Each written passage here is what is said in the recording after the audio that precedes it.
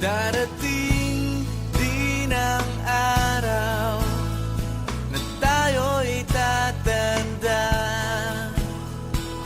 Bagal ang mga paa at mandalabo ang mata. Hindi mamamalayan ang pag-ikot ng mundo.